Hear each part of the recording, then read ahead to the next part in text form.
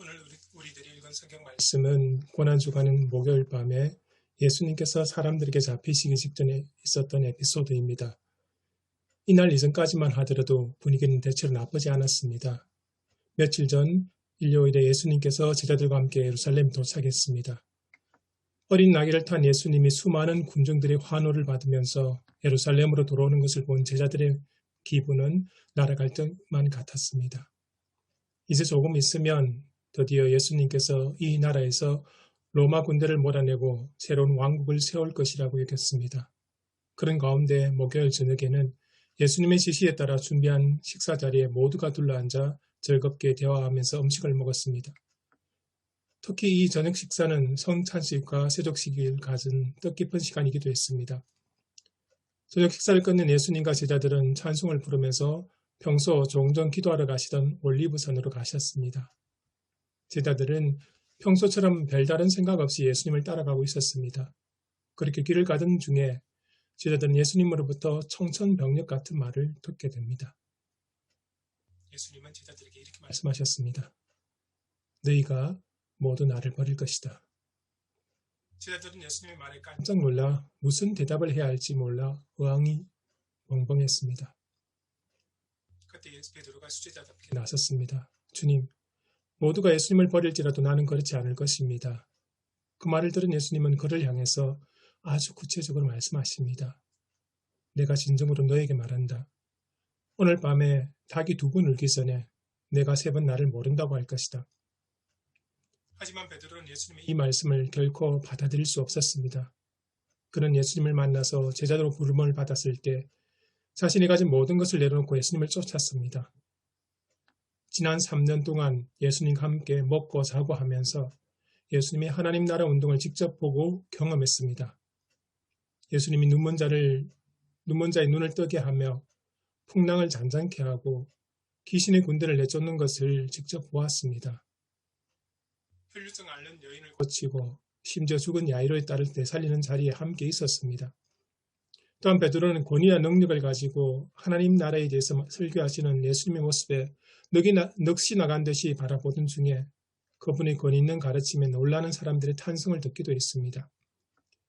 물고기 2마리와 보리떡 5개로 수만 명의 사람들을 배부르게 먹이는 기적을 베풀자 사람들이 예수님을 왕으로 모세우려고 몰려드는 것을 보고 그분의 제자로서 자부심을 갖기도 했습니다. 베나산에서 눈부신게 밝은 빛을 내며 모세와 엘리야와 이야기를 나눈 예수님을 보았을 때 황홀하기조차 했습니다. 이렇게 예수님의 능력과 권위를 두 눈으로 직접 보고 경험한 그가 예수님을 모른다고 부인하면서 떠날 것이라는 말은 도저히 받아들일 수가 없었습니다. 그래서 베드로는 힘주어 말했습니다. 나는 주님과 함께 죽는 한이 있을지라도 절대로 예수님을 모른다고 하지 않겠습니다. 베드로의 단언에 정신을 차린 다른 제자들도 앞다투어 말합니다. 자신은 결코 예수님을 버리고 떠나지 않을 것이라고. 결과는 여러분들도 잘 알 것입니다. 예수님과 제자들의 대화가 있은 지 불과 몇 시간도 안 돼요. 대제사장들과 종교 지도자들이 파견한 사람들이 가룟 유다의 안내를 받으며 예수님을 잡으려고 몰려왔습니다. 예수님이 그들에게 붙잡히자 제자들은 자신들도 붙잡힐까 봐 겁을 집어먹었습니다. 죽음의 두려움이 제자들에게 엄습하자 그들은 사방팔방으로 도망치기 시작했습니다. 베드로 역시 닭이 2번 울기 전에 예수님을 저주하며 맹세하면서까지 모른다고 부인했습니다. 여러분은 베드로를 보면서 어떤 생각이 듭니까? 너무 호언장담하다가 큰 코 다친 격이라고 생각합니까? 아니면 자신이 내뱉은 말을 끝까지 지키지 못해서 안타깝다고 여겼습니까? 저는 나는 주님과 함께 죽는 한이 있을지라도 절대로 모른다고 하지 않겠다는 베드로의 말은 아마 진심이라고 생각합니다. 비록 그가 그 말대로 실천하지 못했지만 그의 말은 거짓이 아니었을 것입니다. 그가 이렇게 단언하며 말할 수 있었던 것은 곧 이어 일어날 예수님의 고난과 십자가의 죽음에 대해서 전혀 생각하지 못했기 때문입니다. 주님은 자신의 고난과 십자가에서 죽음을 각오하기 위하여 겟세마네 동산으로 올라갔지만 베드로는 그런 예수님의 마음과 각오는 전혀 깨닫지 못했습니다. 단지 이제까지 지내온 것처럼 예수님을 스승으로 모시고 이 나라의 해방과 독립운동을 함께 참여할 것이라고만 생각했습니다. 그 과정에서 이제껏 자기가 모시던 예수님이 높은 자리에 오르면 자기 역시 좋은 자리 하나 차지하면 더욱 좋을 것이라고 여겼습니다. 베드로는 자신의 연약함을 알지 못했고 인간을 구원하기 위해 예수님의 고난을 당하고 십자가에 죽는 하나님의 구원 계획에 대해서 알지도 못했습니다. 마냥 놀라운 능력과 권위로 사람을 가르치며 치유하고 기적을 일으키는 영광의 예수님만 바라보았습니다. 그래서 그는 예수님의 제자가 되기 위해 자기를 부인하고 십자가를 지는 각오가 없었습니다.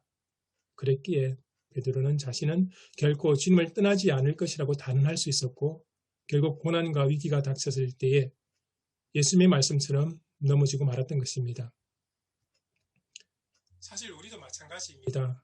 수련나 집회에 참여하여 은혜를 받고 통성으로 기도하다가 오직 예수님만 위해 살겠다고 결단을 하기도 합니다. 하지만 우리의 경험을 되돌아볼 때 그런 결단은 현실의 벽에 부딪혀서 얼마 가지 못하고 깨어질 때가 너무 많다는 것을 압니다. 우리와 베드로는 크게 다르지 않습니다. 현실의 벽 앞에 쉽게 무너지는 것이 우리들입니다. 자기를 부인하고 십자가를 지는 제자의 각오 없이 신앙생활을 마냥 꿈과 희망으로 가득 찬 것으로 보다가 냉혹한 현실과 문제 앞에서 흔들리고 무너지는 경우가 결코 드물지 않습니다. 그럼에도 우리에게 위로가 되는 말씀이 본문의 성경 말씀 속에 나옵니다.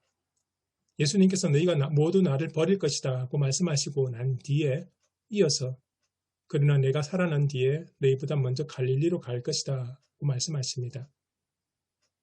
이 말은 예수님께서 자기를 버리고 도망간 제자들과 관계를 완전히 청산하고 그들을 버리는 것이 아니라 그들을 다시 부르실 것이라는 사실을 보여줍니다. 실제로 부활하신 예수님은 자신을 버리고 도망간 제자들을 완전히 버리지 않고 오히려 그들과 첫 만남의 장소인 갈릴리로 가서 그들을 만났습니다. 두려움 때문에 자신을 부인한 제자들을 그곳에서 만나서 다시 제자로 회복시켜 주셨습니다. 우리는 이 부분에서 큰 위로를 받게 됩니다. 예수님은 인간의 몸을 가지고 이 땅에서 사람들 가운데 사셨기에 우리의 문제와 연약함에 대해서 너무도 잘 알고 계시는 분입니다. 그분은 우리의 연약함이나 현실의 벽에 부딪혀 좌절하여 무너지는 것을 내버려 두지 않으시고 다시 일으켜 세워주시는 분입니다. 그렇기에 우리는 때때로 넘어지고 좌절하기도 하고 한탄하기도 하지만 주님의 도움으로 다시 일어나 하나님 안에서 살아갈 수 있습니다. 저와 여러분들이 신앙생활 중에 넘어졌을 때 좌절하지 말고 다시 이렇게 세워주시는 주님을 만날 수 있기를 바랍니다. 그는 주님을 의지하여 믿음의 선한 싸움을 끝까지 싸워나가는 그리스도인이 될 수 있기를 바랍니다.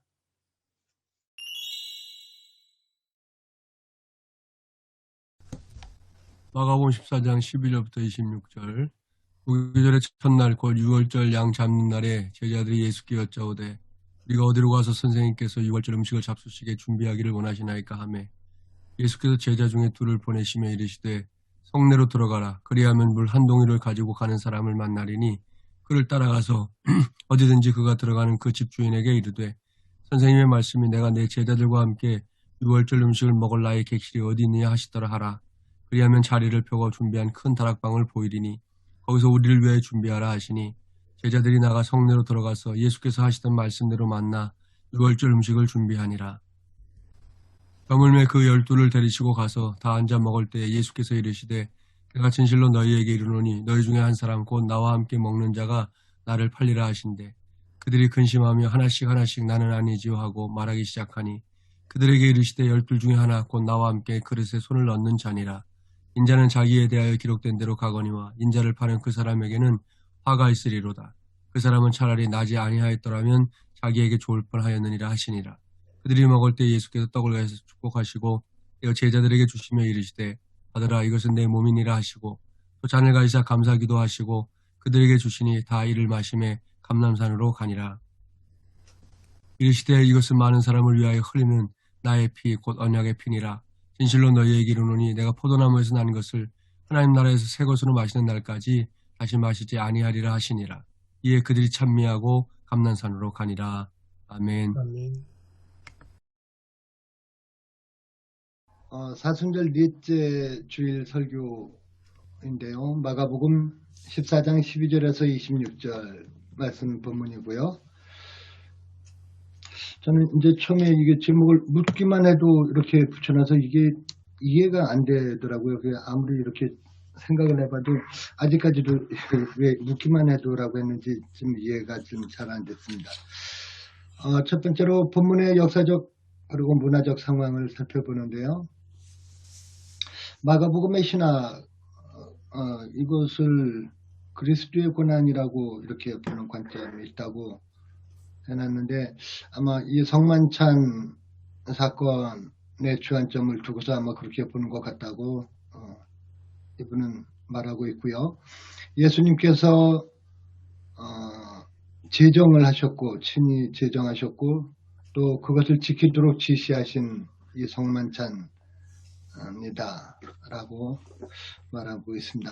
사복음서에 다 기록이 되어 있고요. 그런데 요한복음에서는 이제 세족식에 더 주안점을 두고 있어요. 그리고 아마 요한복음의 성만찬은 이렇게 떡 한 조각을 찍어서 가룟 유다에게 주었다고 하는 그 부분만 이렇게 나와 있어서 요한복음에서 이 성만찬은 가룟 유다를 지목하는 것에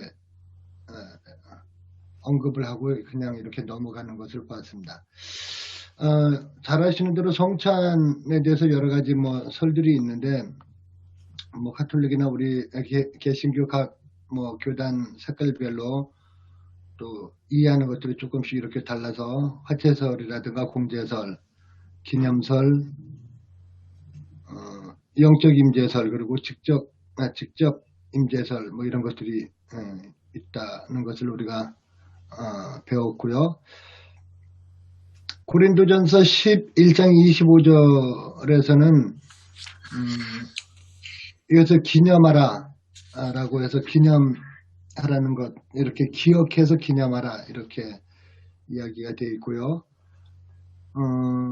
이 성만찬을 우리가 하라고 하셨고 우리가 하는 것은 그 과거의 그 일회적인 사건이 한 번의 사건이 아니라 반복적인 사건이고 그리고 현재에도 언제든지 우리가 현재에 경험할 수 있는 이런 사건이 될 수 있도록 성만찬을 우리가 하고 있다는 것이고요. 그렇게 함으로 인해서 이것이 뭐 남의 사건이거나 성경에 나오는 어떤 그런 뭐 박제화된 사건이 아니고 이건 나의 실존적인 이해를 갖게 되는 그런 사건이라는 거 얘기가 나왔습니다. 그리고 이 성만찬을 행함으로써 우리가 성경 속에 우리가 뭐 들어간다고 이렇게 이야기하는데 성경 속에 들어가서 만나는 예수님이 아니라 예수님께서 성경을 뚫고 성경 밖으로 나와서 우리를 만나는 사건으로 성만찬을 이해할 수 있다고 이렇게 설명하고 있고요. 그럼에도 불구하고 이 제자들은 성찬에 대해서 별로 그렇게 그 처음 성만찬 할 그 당시 그리고 예수님 돌아가시고 예수님 부활하셔서 이렇게 다시 오셨을 때 나타나셨을 때도 자기들끼리 뭘 먹고 막 이러면서도 사실은 그전에도 3년 동안 계속 무엇을 먹었죠. 만날 때마다 먹었고 이렇게 먹었는데 지금처럼 성찬식의 어떤 그게 이렇게 격식화라고 그래야 되나요? 그런 거보다 그냥 같이 애찬을 나누는 그런 것에 더 가까웠었다라고 생각을 합니다. 다만 이제 예수님께서 고난 당하실 것을 이제 말씀하심으로써 이제 고난의 의미가 가미가 되고 그리고 그 떡이라든가 그 포도주의 의미가 구체화된 것이다라는 그런 생각을 했고요. 그럼에도 불구하고 그 성찬 현장에 있던 성만찬 현장에 있던 제자들은 끝나고도 그냥 기분 좋아서 뭐 휘파람 불면서 뭐 룰루랄라 하면서 그렇게 감람산으로 올라가는 그런 모습을 보는데 이것은 성찬에 대한 제자들의 이해가 없었던 것이다 라고 이렇게 이야기를 하고 있었습니다. 본문의 주석과 해석입니다. 본문 본문을 보면서 조금 본문이 좀 길다 그런 생각을 하긴 했습니다. 그리고 본문의 구성을 보면은 세 가지로 이렇게 나누어서 볼 수 있는데요. 첫 번째는 유월절 식사 준비하는 장면이 있고요. 그리고 가룟 유다에 대한 배신을 예언하신 17절에서 21절 말씀이 있고요. 그리고 이제 마지막 만찬 장면이 있어서 그렇게 세 단락으로 나눠서 볼 수가 있었습니다. 오늘 본문을 쭉 보면은 두 가지로 이렇게 우리가 끊어서 볼 수 있는데, 첫 번째는 식사 준비하는 그 제자들. 근데 뭐 실제적으로 뭐 제자들이 뭐 준비를 했다고 하지만은 어쨌거나 뭐 제자들이 뭐 섭외를 이렇게 나서서 했으니까 일단 식사를 준비하는 제자들, 그리고 예수님의 그 몸과 피, 당신의 몸과 피를 제공하신 그 예수님의 모습을 이렇게 나누어서 볼 수가 있습니다. 그런데 오늘 우분이 교수님이 유은거 교수님이 하시는 말씀으로는 유월절 식사 장소를 이렇게 소비한다고 하는 것은 매우 이례적인 일이다. 뭐 쉽지 않다라는 그런 말도 될 수 있고요. 그러나 그것은 아주 필연적인 섭리였다, 이렇게 말을 하고 있습니다. 예수님께서 요 사건을 생각하면서 예수님께서 베들레헴에서 그 만삭이 된 마리아가 숙박할 곳을 찾는 그 장면하고 이렇게 조금 오버랩이 되기도 했었습니다. 그때는 참 애를 많이 먹었죠. 그러나 또 마찬가지로 필연적인 섭리에 의해서 그 마구간에서 예수님께서 탄생을 하시긴 하셨습니다만, 어쨌거나 6월절 그 붐비고 복잡하고 많은 사람들이 모인 거기에서 식사 장소를 섭외한다라고 하는 것은 쉽지 않았던 일이고 상당히 이례적이었다라고 이렇게 이제 표현을 하고 있었습니다. 그리고 18절에서 21절을 이제 편집이라고 이렇게 말하는데, 저는 이제 성경 뭐 이렇게 공부를 하면서 제일 조금 신경이 거슬리는 단어가 전승이라는 단어 있잖아요. 전승이라는 단어 별로 저는 좋아하지 않고요. 그리고 편집이라는 말도 조금 좀 껄끄럽기도 합니다. 근데 이 편집이라는 말보다 하여튼 그 하나의 뭐 그냥 뭐 사파 같은 어떤 에피소드, 아까 뭐 에피소드라는 말씀하셨습니다만 그런 에피소드로 그것을 넣은 게 아니고 그냥 쭉 이렇게 흐름 속에 그런 것이 그냥 들어있는 거라고 그렇게 생각을 하는데, 그것이 오히려 그 성만찬의 의미를 부각시키는 그런 그 이야기로서의 역할 소재가 됐다라고 저는 생각을 하고요. 예수님께서 여기 있는 너희들 중에, 제자들 중에 하나가 나를 팔리라라고 말씀하셨을 때 제자들이 다 불안해하죠. 뭐 그것이 접니까? 납니까? 뭐 나예요? 아니죠? 뭐 이렇게 계속 이제 한 사람씩 차례대로 이제 물어보면서 불안해하는 모습들이 있고요. 그럼에도 불구하고 예수님께서는 가룟 유다를 뭐 정죄하거나 뭐 실망했다든지 실망스럽다든지 이런 걸 표현하시기보다는 안타까움을 표하신 예수님의 모습이 나오고 있습니다. 뭐 차라리 뭐 이게 뭐 차라리 태어나지 않았으면 좋았겠다, 이건 뭐 저주스러운 그런 걸로 우리는 받을 수 있는데, 예수님의 마음은 안타까움이었고 가룟 유다에 대한 어떤 극도의 측은함 같은 거, 그런 거였다고 생각을 합니다. 최근에 들어서 뭐 최근도 아닙니다만 그 유다, 여기는 뭐 복권이라는 이야기를 썼더라고요. 뭐 정치하는 사람들이 뭐 정치 행위를 못하는 어떤 기간이 끝나면 다시 이렇게 복권되는 것처럼 유다를 복권하는 그런 신학자들의 움직임. 그러면서 유다 복음서를 이야기하면서 뭐 심지어는 유다가 하나님의 뜻을 이루게 하는 어떤 통로, 수단, 유다가 아니었으면 예수님께서 십자가를 질 수 없는 그런 거 아니겠느냐, 뭐 이런 이야기들을 한다는 약간은 조금 어처구니 없는, 뭐 유다뿐 아니라 뭐 누구 사용해서도 뭐 그거 못하시겠습니까? 예수님께서 십자가를 지게 된 것이 유다가 쓰임받았다라고 해서 유다가 어떤 하나님의 뜻을 이루는 역할을 한 사람으로 이렇게 본다는 것은 조금 어울리지 않는다고 보고요. 예수님께서 성만찬을 이렇게 배설하시고, 여기는 뭐라고 그랬냐, 수여라고 그랬나요? 그 수여를 받은 사람들의 누구냐?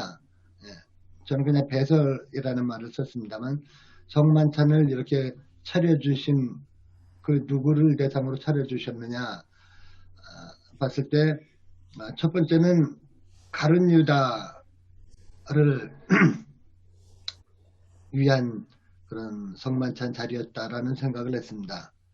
가룟 유다에 배신할 것을 예수님께서 그 성만찬을 통해서 그 한 사람을 지시하시기도 하셨고, 가룟 유다에게 어떤 회개의 기회, 글쎄요, 뭐 회개하고 뭐 그러지 않을 거라는 건 뭐 예수님 벌써 다 아셨던 거겠지만, 어쨌거나 가룟 유다의 그 배신에 이 성만찬을 배설하신 그 이유 중에 큰 이유 중에 하나였다라고 보고요. 그러나 그 가룟 유다만 그러면 죽일 죄인이냐? 교수님은 그 다른 제자들도 사실은 마찬가지였다. 그들의 그 무지함과 그들의 그 성만찬에 대한 몰이해 또는 오해, 이런 것들 가룟 유다의 배신 못지않게 다르지 않다, 이렇게 이야기를 하면서, 뭐 내가 뭐 좌우편에 앉는다, 무슨 뭐 여러 가지 그런 딴 생각, 딴 세상 속에서 뭐 동상이몽이라고 그럽니까? 아니면 뭐 그런 제자들을 위한 자리였다라는 거고요.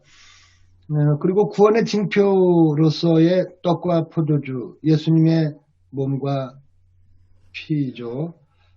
그것을 이제 상징하는 그런 의미로서 성만찬이 배설됐다라는 겁니다.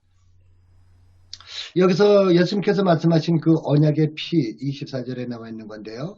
여기서 출애굽기 24장 8절에 시내산 언약을 체결할 때 모세가 백성들에게 그 양의 피를 반은 제단에다 뿌리고 반은 여러 양푼에다 이렇게 나눠 가지고 백성들 쫙 모이게 하고, 백성들한테 그냥 뿌려버리죠. 다 피를 뒤집어 씁니다. 아주 끔찍할 정도로. 이건 어떤 의미에서 보면은 그 예수 그리스도의 그 희생의 피를 상징하기도 합니다만, 너희가 이 언약을, 나와의 언약을 지키지 않으면 너희들 피맛 본다, 뭐 이런 의미도 있었을 거라고 저는 생각이 듭니다. 그리고 이 하나님과 사람 사이에 어떤 그 새 언약을 체결하는 그런 장면을 우리가 출애굽기 24장 8절에서 보면서 이 성만찬에서의 언약의 피를 우리가 또 한번 느끼게 됩니다. 마지막 본문의 신학적 메시지와 설교 주제입니다. 설교 구성을 위한 제언인데요. 우리는 예수님을 위해서 어떤 준비를 할 수 있을까? 마리아는 예수님에게 그 향유를 부어드렸고 예수님의 장례를 그렇게 준비를 했죠. 또 아리마대 요셉 같은 사람, 뭐 예수님을 위해서 뭐 무덤을 준비하거나 또 무슨 뭐 향유, 뭐 몰약 같은 거, 이런 것들을 준비한 사람들도 있고 그랬는데, 우리는 예수님을 위해서 이 사순절 기간에 어떤 것을 준비해야 될까? 그것이 뭐 유형이든 무형이든 뭐 마음이든 어떤 뭐 물질이든 우리가 준비해야 할 수 있는 것이 무엇인가를 한번 우리도 생각해야 되고 성도들도 그런 것을 준비를 할 수 있도록 또는 어떤 준비를 할 수 있겠는가라는 것을 어떤 문제 제기를 던져주는 것이 좋고요. 무익한 종으로서의 겸비한 마음을 갖는 방법은 어떤 것이 있을까? 이것도 한번 생각해 범직합니다. 그리고 무익한 종으로서의 겸비한 마음을 갖는 방법, 저는 그렇게 이제 저기를 뽑았습니다만, 여기서는 뭐 쓸데없는 예를 들면 40일 기도에 특별 새벽 기도 이거 저기가 의미가 있느냐 그런 것까지도 말씀을 하셨는데, 글쎄 굳이 그런 것까지 할 거는 없고, 하여튼 우리는 무익하다라는 것을 우리가 느낄 수 있어야 된다는 겁니다. 마지막 세 번째는 어떻게 자기보다 남을 낮게 더 우월하게 여길 수 있는 마음을 가질 수 있을까 하는 것을 생각해 보게 됩니다. 그래서 이 다가오는 고난주간까지 우리 사순절 기간 다 포함이 됩니다만, 우리가 이 본문을 통해서 그런 세 가지 어떤 모티브를 우리가 발견할 수 있겠다, 그런 생각이 들었습니다.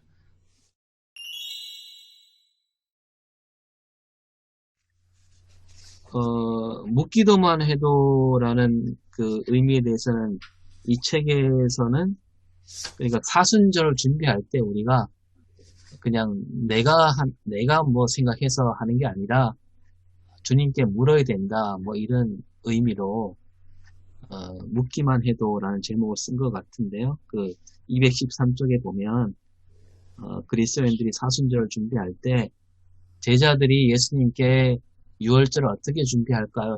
물었던 것처럼 우리도 사순절을 주님께 묻는 마음으로 그 사순절을 지내야 된다. 이런 의미로 제목을 삼은 것 같기는 합니다. 네. 예.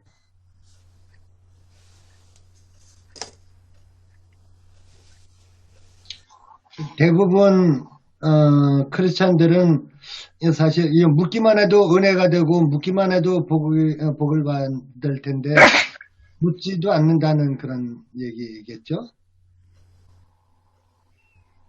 예.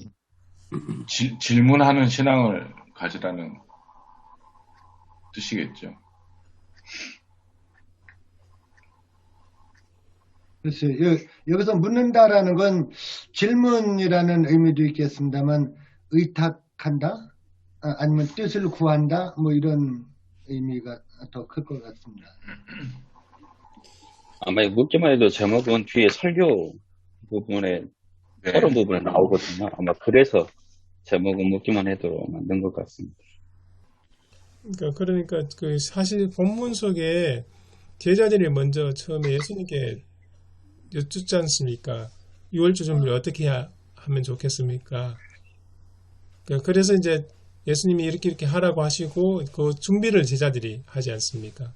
그러니까 기본적으로 제가 이해한 거는 그 물음, 그렇게 해서 이제 제자들이 유월절을 준비했는데, 실제로 예수님은 거기 응답해서 성만찬이란 자기 몸을 생명으로 주시는 그런 구조 속에서 이제 이 유원걸 교수님이 이야기를 하신 것 같다는 생각이 들었습니다.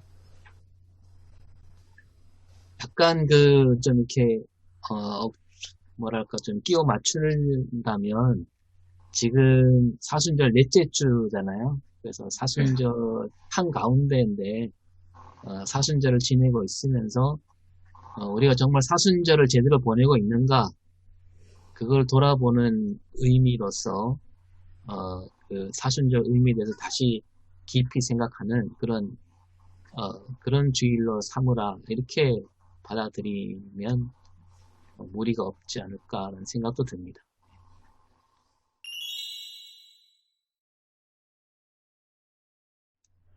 그 성찬식을 할 때 우리는 세례 받은 자만 참여하도록 그렇게 되어 있잖아요.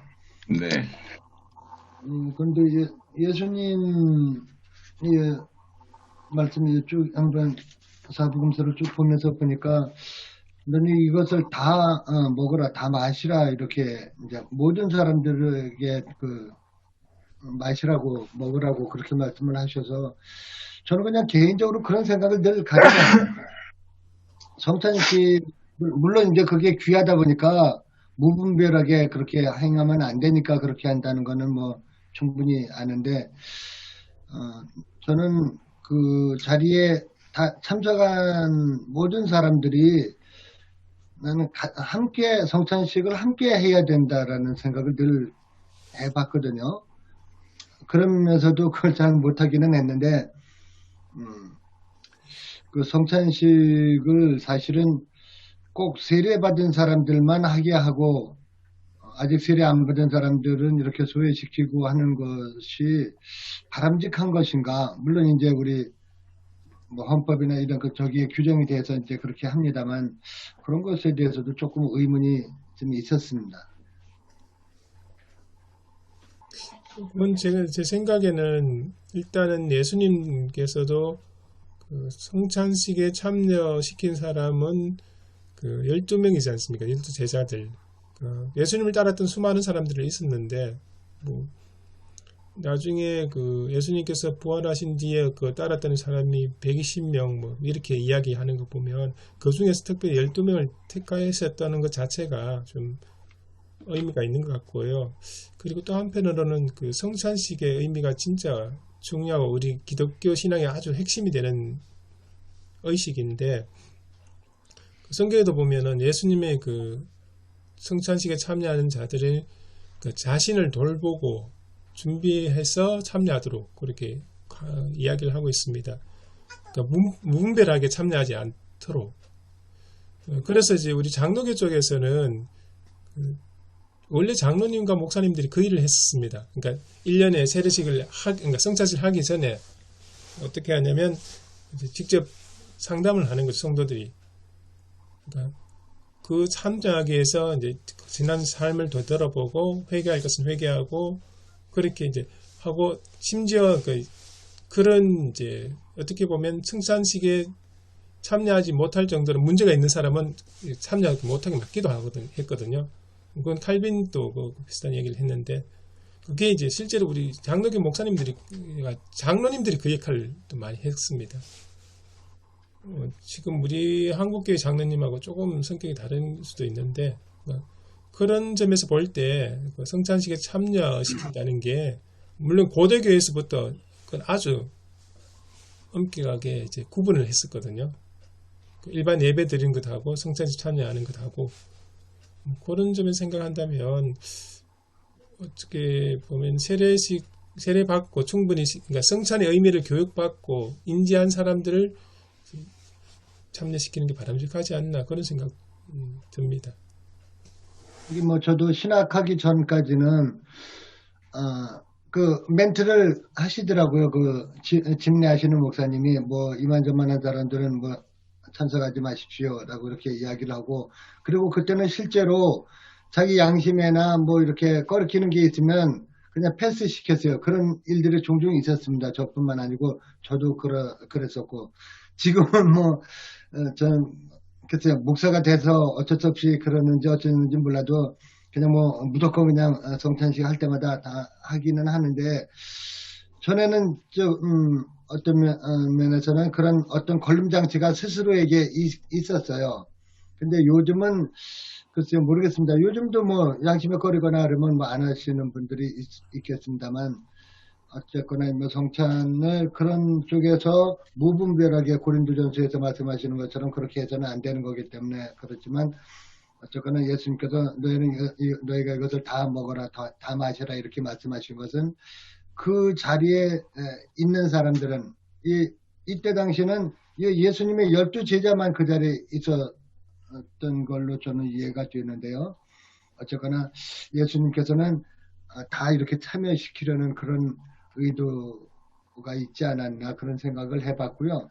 그리고 엄밀하게 따지자면은 이 성찬식이 이제 고난주간 그 목요일날 성목요일날 그런 의미가 이제 거기에 아주 강하게 결부되면서 이게 성찬식의 의미가 지금의 의미 우리가 받는 성찬식이 된 거지. 사실은 그런 생각을 해봤어요. 그냥 예수님께서는 일상적으로도 항상 제자들과 하는 그 애찬식이 사실은 다 성찬식이었는데 그런 의미를 발견하지 못하였던 것이다라는 생각을 하게 됐고요.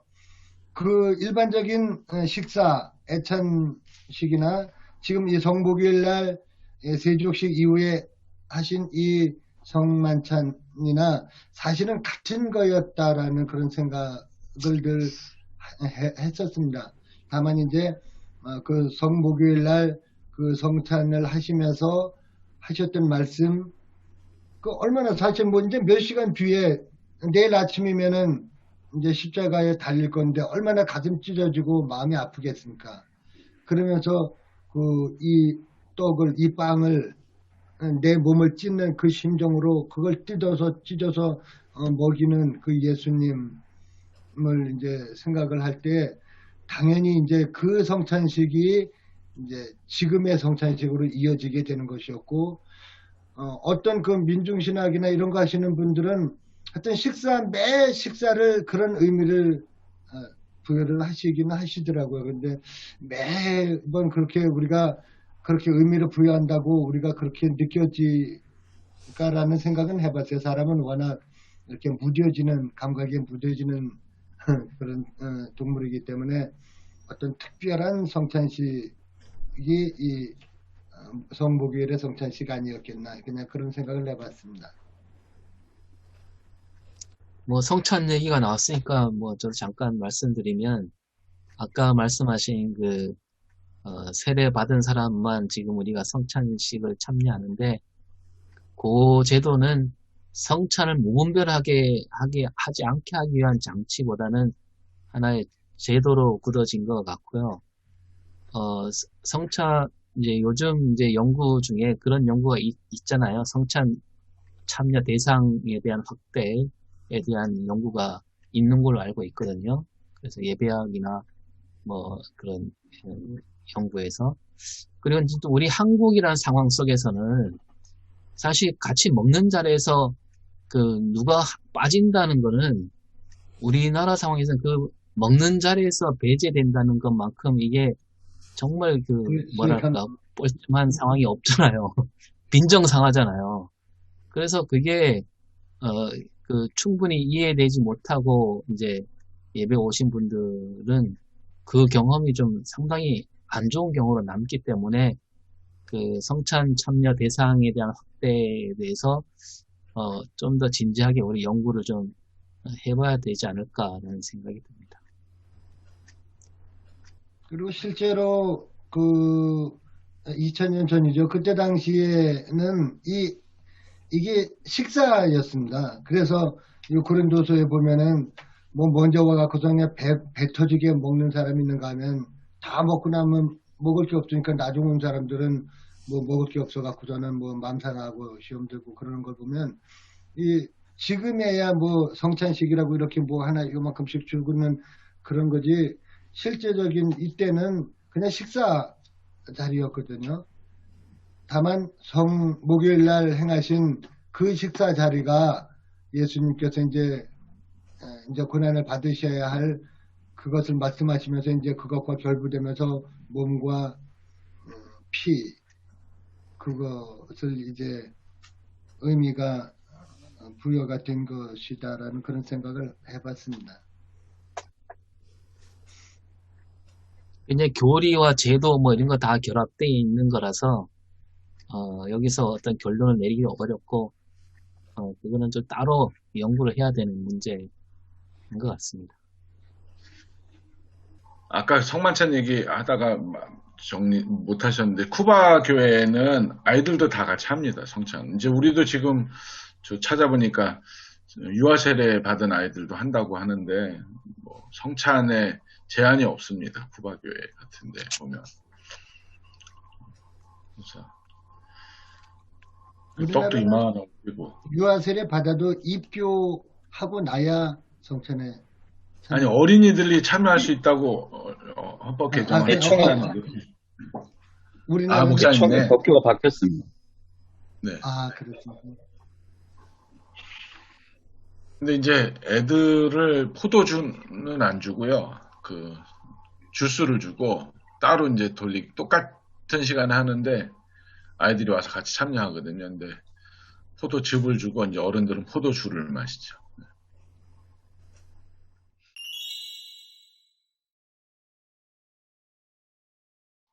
근데 이 만찬 말씀 가운데서 뭐 너희를 위해서 흘리는 피라는 말은 있지만 너희를 위해서 찢기신 몸이다 말은 있나요? 너희를 위한 나의 몸이니 이렇게 하시죠. 그냥 몸인인데 찢기셨다 말은 있나? 그거는 잘 못 본 것 같은데. 빵 떡을 찢으면서 떼다- 목사님들이 하시는 떡을 거죠. 떡을 뗀다는 그 동사가 아마 같은 동사일 거예요.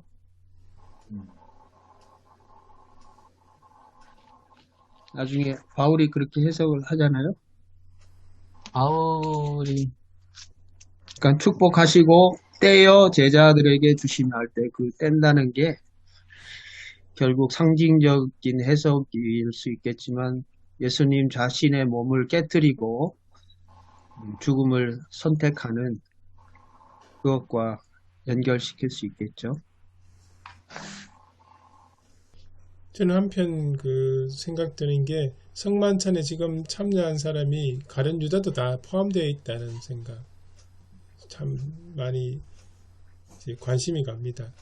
물론 제자들도 나중에 이제 도망치고 부인하고 보통 그 세 가지를 부르하더라고. 예수님에 대해서 그러니까 아예 가룟 유다처럼 배신을 한 부류가 있고 베드로처럼 부인한 사람도 있고 그리고 도망친 사람도 있고 경중을 따져가 나누기도 하고 하는데 중요한 거는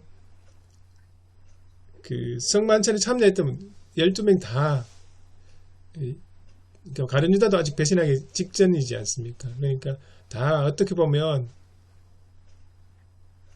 그 문제가 있는 그러니까 문제의 여지가 있는 사람들인데 그럼에도 불구하고 예수님이 부르셨다는 것, 그리고 같이 모아가지고 함께 성만찬을 베풀어 주셨다는 것, 어쩌면 이게 하나님의 은혜에 대한 하나의 상징이지 않을까. 누구 조건 따져가지고 다 검증해가지고 필요한 딱 적합한 사람만 불러 모았다면 아마 그 자리에 있을 사람이 없을 것 같거든요. 그런 면이 그러니까 예수님은 다 아셨지만 그럼에도 불구하고 그들을 붙잡고 성만찬을 베푸시며 내가 너희들을 위해서 이 떡과 잔을 준다라고 이야기한 게 참 어떻게 보면 감사한 이야기가 아닌가 그런 생각이 들었습니다. 뭐 가룟 유다를 두둔하는 것은 아니지만 어떤 면에서 보면은 사실은 여기도 이분도 그렇게 말씀을 하시긴 했는데요. 다 우리는 다 어떤 혐의자들이잖아요. 뭐 무죄 추정의 원칙에 의해서 뭐 이렇게 그런 뭐 형사법에서는 그런 얘기도 있는데 그러나 우리는 다 잠정적인 범인들이고 우리가 다 잠정적인 범죄자들이고 뭐 잠정적이지도 않을 거예요. 그냥 범죄 진행형들이고 근데 이제 그 가운데서 유독 이제 가룟 유다만 우리가 자꾸 이렇게 눈총을 주게 되는데 이제 여기서 그래서 이제 뭐 가룟 유다를 다시 뭐 복권 무슨 이런 이야기 하는 것도 뭐 유다 복음 이야기하면서 하는 것도 의미를 그런 쪽으로 부여를 하는 것 같기는 하다는 생각은 들어요. 그래서 사실 그 누구도 거기에서 자유로울 사람은 아무도 없어요. 마치 어떤 무슨 영화 그런 거 보면은 그런 거 있잖아요. 다 보면은 누가 범인인지 모르는데 하여튼 막 그러면서 하나씩 죽어나가고 막 이러면서 서로 의심하고 막 이러면서 그런 영화 보는 것처럼 사실은 우리가 다 잠정적인 범죄자들이고 어디서 이 시한폭탄이 어디서 터질지 모르는데 가룟 유다에서 그게 터진 것 뿐이라고 저는 생각이 들었거든요. 그래서 성찬식에 임할 때마다 아마 눈물을 흘리고 뭐 이렇게 하는 것은 아마 그런 생각 때문에, 그런 마음 때문에, 내주의 때문에 돌아가셨다라는 그런 자책이나 뭐 너무 큰 은혜에 대한 감사나 뭐 이런 것 때문에 눈물을 흘리기도 하고 그러기는 하는데, 그렇다고 너무 이 성찬식을 희화화할 필요는 없지만, 그래도 아까 말씀하신 것처럼 먹어야 힘도 내고 먹어야 십자가도 지고 뭐 먹고선 가서 나를 팔지라도 그래도 미겨서 보내고, 이게 어미의 마음이고 우리들의 마음 아니겠습니까? 그게 예수님의 마음이라고 저는 생각을 합니다. 그래, 자기를 팔 베드로라 할지라도 그래도 그냥 미겨서 보내는 그런 것이 아마 이때의 자리가 아니었는가, 그런 생각이 들었습니다.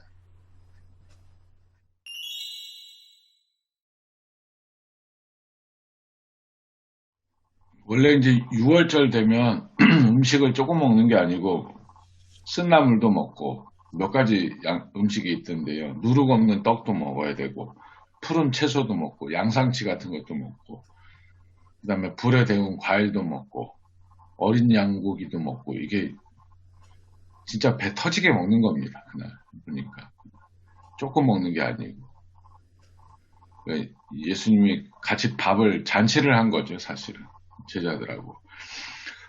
그리고 형식도 쭉 있거든요. 지난주에 저는 설교 때 이미 얘기를 해서 이번 주에 못 다루는데, 찬미하고 감람산으로 갔다 그랬는데 밥을 먹고 나면 시편 115편부터 118편까지인가를 노래를 불렀습니다. 이 사람들이 식사 전후에 2번에 걸쳐서 113, 114편 앞에 부르고, 밥 먹고 나면 115편부터 118편까지를 노래하면서 이게 감람산으로 갔다는 게 그 뜻이거든요. 그래서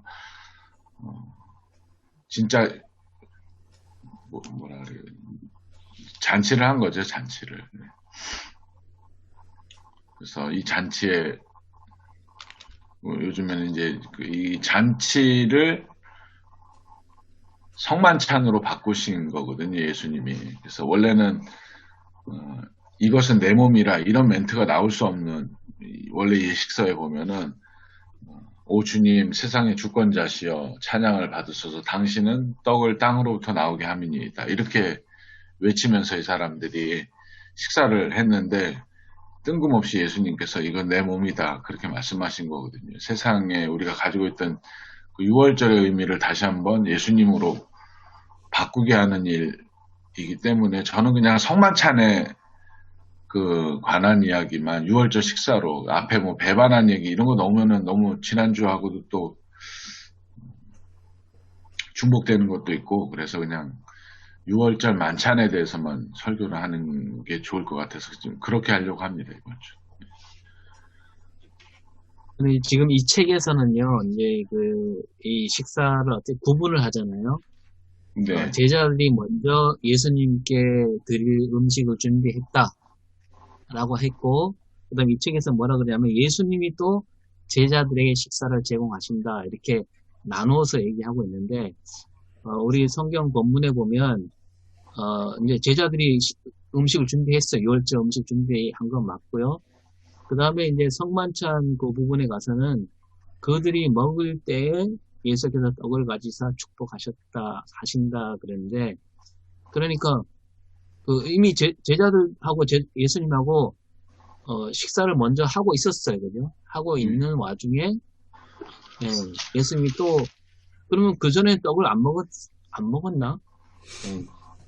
떡만 안 먹고 있었는지 모르겠지만 어쨌든 예수님이 또 떡을 가지오셔갖고 떡을 축사하시고 이렇게 나눠주시는 요런 그 본문으로 되어 있거든요. 그래서 지금 이 책은 그걸 딱 구분해서 제자들이 마련한 음식을 먹었고, 그 다음에 예수님이 또 따로 떡을 갖고 와서 제자들에게 나눠줬다, 이렇게 구분해서 성만찬과 6월절 음식을 구분해서 지금 이 책은 좀 얘기하려고 하는 의도가 있거든요. 거기에 대해서는 어떻게 우리가 받아야 될까요? 저는 어떻게 생각하냐면, 예수님이 따로 뭔가 준비해서 제자들에게 좋은 식사를 줬다라는 개념보다는, 그러니까 이 성만찬에 진행되는 그 말씀을 통해서 자신의 몸과 자신의 피를 주신다는, 그러니까 그런 관점에서 이해를 했습니다. 그러니까 같이 식사를 제자를 준비해서 같이 식사를 하잖아요. 그러니까 거기에 이제 예수님께서 그 떡과 잔을 주시면서 의미를 새롭게 다르게 부여하면서, 그러니까 앞으로 조금 있으면 이제 십자가에 죽게 될 그 자신의 죽음과 부활에 대한, 그리고 인간 구원을 위한 그 이제 자신을 내어줌에 상징적 의미를 부여한 게 아닐까. 그런 의미에서 이제 요 책에서 제자들이 음식을 대접하고 예수님께서 식사를 대접했다는 것은 이제 다른 빵이나 떡이 아니고 자기 몸을 내어주셨다, 그런 의미로 이해를 했습니다. 누가복음은 일단 잔을 먼저 한 잔 하죠. 네. 포도주를 먼저 마신 다음에 다시 떡을 이제 떼시고 그 다음에 잔을 하고 이렇게 돼 있어요. 오늘 우리 마가복음에도 우리 18절에 보면 다 앉아 먹을 때에 이렇게 돼 있거든요. 그러니까 이미 식사를 시작하고 난 뒤에 중간에 예수님께서 성만찬 이걸 진행하신 것 같습니다. 제 생각에는. 근데 그 유대인들 6월절 식사하는 예절이요, 그 이스라엘 문화원 같은 데 가면 다 있습니다. 그거 한번 보시면은 아마 어떻게 식사하는지, 저는 그 예식을 지켰다고 생각하거든요. 예수님하고 제자들이. 거기에 보면 순서가 다 있고요. 아이들이 질문하는 내용도 있어요. 몇 가지 질문을 합니다. 왜 우리가 쓴 나물을 먹습니까?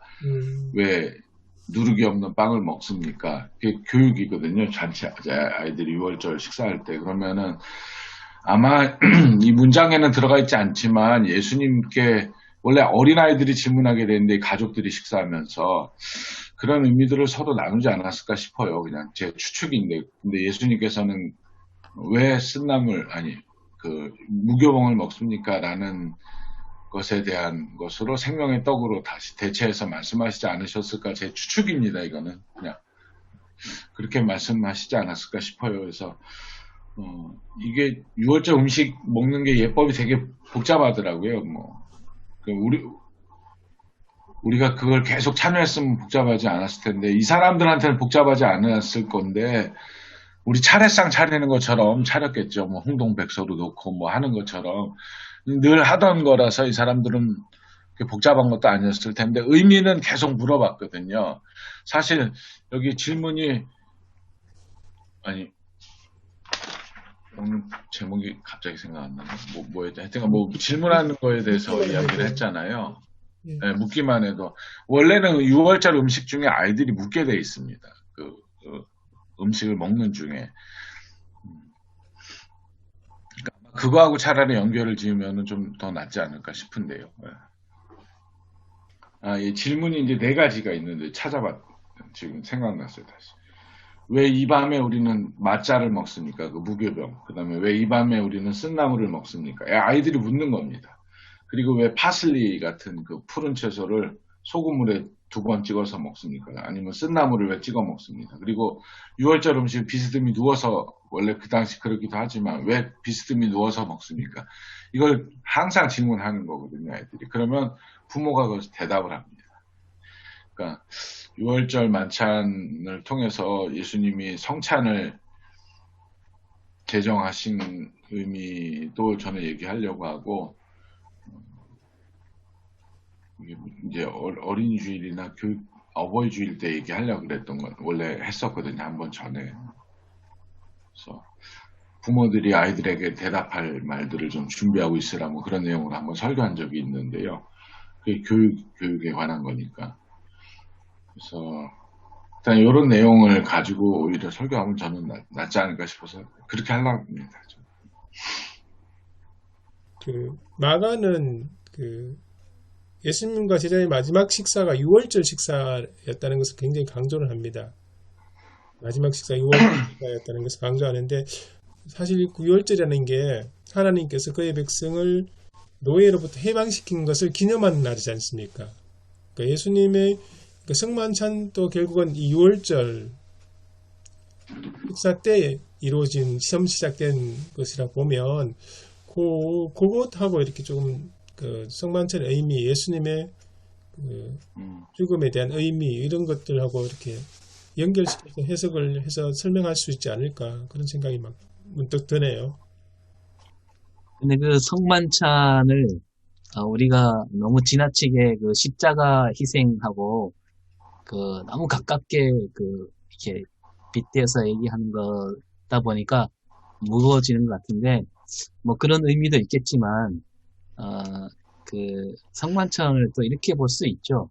아까도 비슷한 얘기 나왔지만 예수님이 제자들과 함께 다닐 때는 거의 어떻게 보면 그 식탁 공동체라고 이름 붙여도 그 무리가 아니잖아요. 늘 먹는 걸 좋아하셨고 별명이 또 먹기를 탐하는 자 정도였으니까 어떤 사람들 그러잖아. 예수님이 일찍부터 그 술을 너무 좋아하셔갖고 물을 술로 만드는 정도로 좋아하시는 어떤 먹기를 좋아하시는 분인데 그래서 제자들이 나중에 이제 초대교회 때는 그 늘 모여서 성찬했잖아요. 모일 때마다.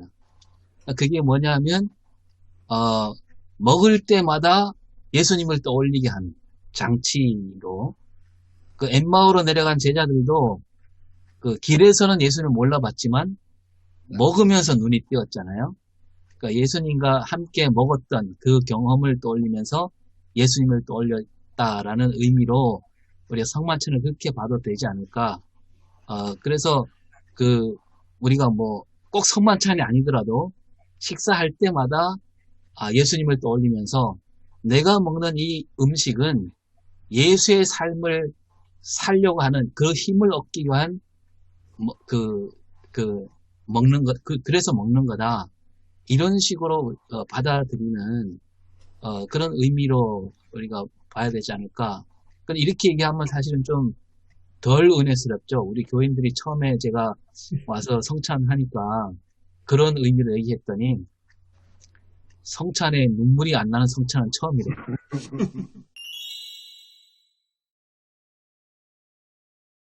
계속 보는데 어렵긴 어렵거든요. 저번 주를 했는데 이게 다시 거꾸로 올라가서. 제가 저번 주에는 괜찮아 함께 가자라는 설교 제목으로 설교를 했어요. 그러면서 오늘 본문 보면서 계속 이거 어떻게 해야 되나 고민하는데 저는 옛날 다모 아십니까? 하지원하고 네네. 거기에 아프냐? 나도 아프다라고 했던 저는 이게 마지막 만찬이 너는 나야라는 제목, 그러니까 지금 예수님께서 지금 6월절 만찬을 준비하잖아요. 그러면서 이게 묻기만 해도가 세 가지를 물어요. 어디로 갈까요? 무엇을 원하십니까? 저는 아니죠라는 이 세 가지를 물으면 설교에도 나오는데 그 물음하면서 그러면서 이 준비하는 게 자기들이 준비하려고 하지만 여기 본문에 보면 주님이 하시던 말씀대로 만나가지고 준비를 하거든요. 그러니까 내가 준비하려고 했는데 주님이 다 준비했던 그 모습을 통해가지고 그래서 주님은 우리들을 위해서 준비하는데 근데 여기 뭐 배반 사건도 나오고 제자들은 자기 자신들을 위해서 준비했던 모습이 나옵니다. 그러니까 나는 아니죠라고 했던 이 물음이 그러니까 계속 포도에서 찍어서 먹고 이게 저희들이 이게 가론 유다인지 알지만 제자들은 몰랐을 거거든요. 왜냐하면 다 똑같은 찍고 먹는 거여서 그래서 하나씩 물어보잖아요.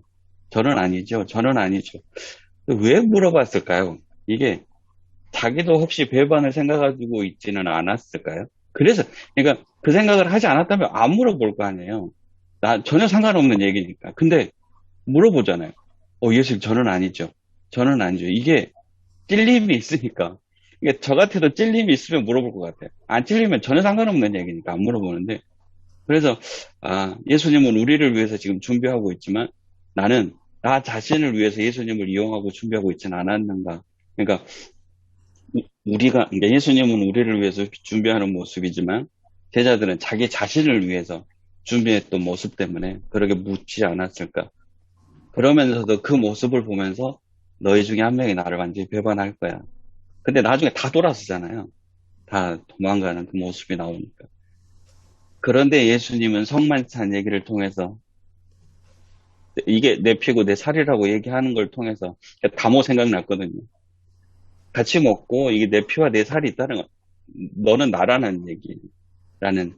그래서 나중에 십자가에 돌아가시고 부활하시는 그 모습이 있지만 지금 예수님의 사명을 너는 나기 때문에 다 감당해야 된다라는. 그래서 지금 아직 정확하게 정리는 잘 못하겠지만 이론적으로 저는 준비를 해야겠다라고 생각해요. 저번 주에 괜찮아 함께 가자라고 했으니까 너는 나야 라고 하면서 이걸 어떻게 한 주간 동안 잘 준비해야겠다. 어렵기는 어렵습니다. 이걸 어떻게 풀어야 될지 잘 정리를 해야 될지는 하지만 저는 좀 그렇게 좀 풀어나가려고 생각합니다. 벌써 은혜 받았습니다. 네, 좋은 발상인 것 같아요. 네. 그러니까 예수님은 가지만 이 떡을 먹으면서 내가 이제 너희 안에 있다라는 그런 의미로. 이게 본문이 너무 주제가 많이 분산이 될 수 있어가지고요. 저는 그리고 지난주에 그러니까 어저께 14장 26절부터 본문을 선택해서 31절까지 설교했거든요. 그래서 이 앞부분에 있는 것 중에 지금 다시 돌아가서 하려니까 사실 교인들이 우리 목사님 왜 지난주에 했던 거보다 전에 걸 또 하시지 그럴까 싶어서 본문을 그냥 마태복음이나 누가복음에 있는 같은 본문 내용을 가지고 하려고 합니다. 하게 되면. 그리고 주제를 그냥 만찬에 대해서만, 그러니까 6월절 만찬하고, 그러니까 성만찬에 대해서만 할까 하게 되면, 배반한 얘기는 지난주에 많이 했거든요. 그래서 지금 그렇게 해서 본문을 나눠서 좀 주제를 좀 좁혀가지고 해야 될 것 같다는 마음을 가지고 오늘 아침에 읽어봤습니다. 6월절이 구원이잖아요, 주제가. 그리고 그 6월절의 그 구원을 이룬 것이 어린 양이란 말이에요. 어린 양이 희생됨으로써 네. 그 피를 문설주에 바르고 이러면서 구원이 되는데 예수님의 그 어린 양이 예수님이잖아요. 그래서 네. 이게 무교절 첫날 원래 양 잡는 날이거든요. 네, 어린 양 고기를 먹는 날이에요. 예. 목요일날 이제 양을 그래 잡는데 예수님께서 사실은 이 예식을 행하면서 사실은 이게 나라는 걸 아시잖아요. 아시고 지금 이제 하시는 건데 상당히 예수님으로서는 굉장히 마음도 착잡하셨을 것이고 지금은 당장 또 제자들은 알아듣지도 못하고 의미도 모르고 그러면서 이렇게 그냥 먹고 마시고 또 그 중에 하나는 나를 팔자고 내가 같이 떡 그릇에 손을 넣는 바로 정말 소름이 끼칠 정도로 이렇게 같이 만나는 그런 자리에서의 그 예수님의 마음하고 사실 그 제자들 그거는 많이 괴리가 굉장히 많이 있거든요. 그래서 그것을 좁히거나 아니면 그걸 이렇게 좀 크로스 시켜서 서로 교감할 수 있게 하거나 이렇게 되어야 되는데 그게 아마 우리 설교자들의 역할이고 몫이 아닌가 그런 생각이 우선은 들었고요. 그래서 어쨌거나 그 고난주간, 사순절 기간이니까 계속해서 예수님의 십자가, 예수님의 고난을 우리가 계속 묵상은 하는데 사실 성도들도 좀 피로감이 있을 것 같아요. 말씀하신 건 김성기 목사님처럼 지난주에도 뭐 배반 얘기했는데 이번 주에도 또 배반 얘기되고 이런 것에 대해서 성도들이 계속 이제 이렇게 들으면 이게 사순절 내내 이제 그런 설교만 듣게 되는데 그렇잖아도 이게 그래서 어떤 목사님은 그러더라고요. 사순절이라고 그래서 이러고 막 이러지 마라. 축제처럼 사순절을 보내라 뭐 이런 분들도 있어요. 뭐 나름대로 의미는 있다고 보는데 어쨌거나 성도들은 이게 지칠 수가 있거든요. 계속 그냥 올 때마다 그냥 계속 죄책감, 죄의식 막 그냥 뭐 배반 막 이런 그런 것만 계속 들어야 되니까 같은 본문이라도 이걸 굉장히 무겁게 만드는 설교가 있고 이 본문을 가지고 아주 경쾌까지는 아니지만 정말 그래서 아마 이 유은걸 교수인가요? 이분은 좀 새로운 설교를 시도해 보는 게 좋겠다라고 하는 의미가 아마 그런 데 있지 않나 그런 생각을 해봤습니다.